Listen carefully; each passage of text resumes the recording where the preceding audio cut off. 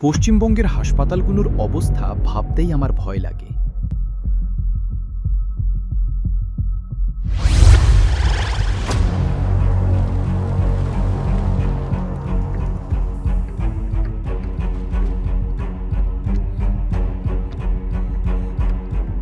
এটা কি হাসপাতালের ভেতরে সাপ?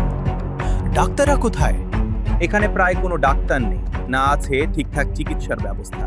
ঠিকমতো চিকিৎসা পেতে আমাদের শহরের বড় হাসপাতালে যেতে হয়।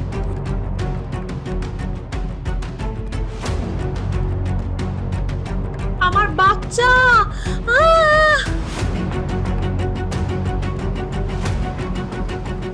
দেখো বাঘা, ওই কুকুরটা মুখে করে একটা বাচ্চা নিয়ে পালাচ্ছে। সর্বত্রই এই অবস্থা। হাসপাতালগুলোর কোনো ঠিকঠাক পরিকাঠামো নেই। কয়েক মাস আগে মেয়াদোত্তীর্ণ স্যালাইন দেওয়ার কারণে মারা গেছেন কতজন সদ্যপ্রসূতি।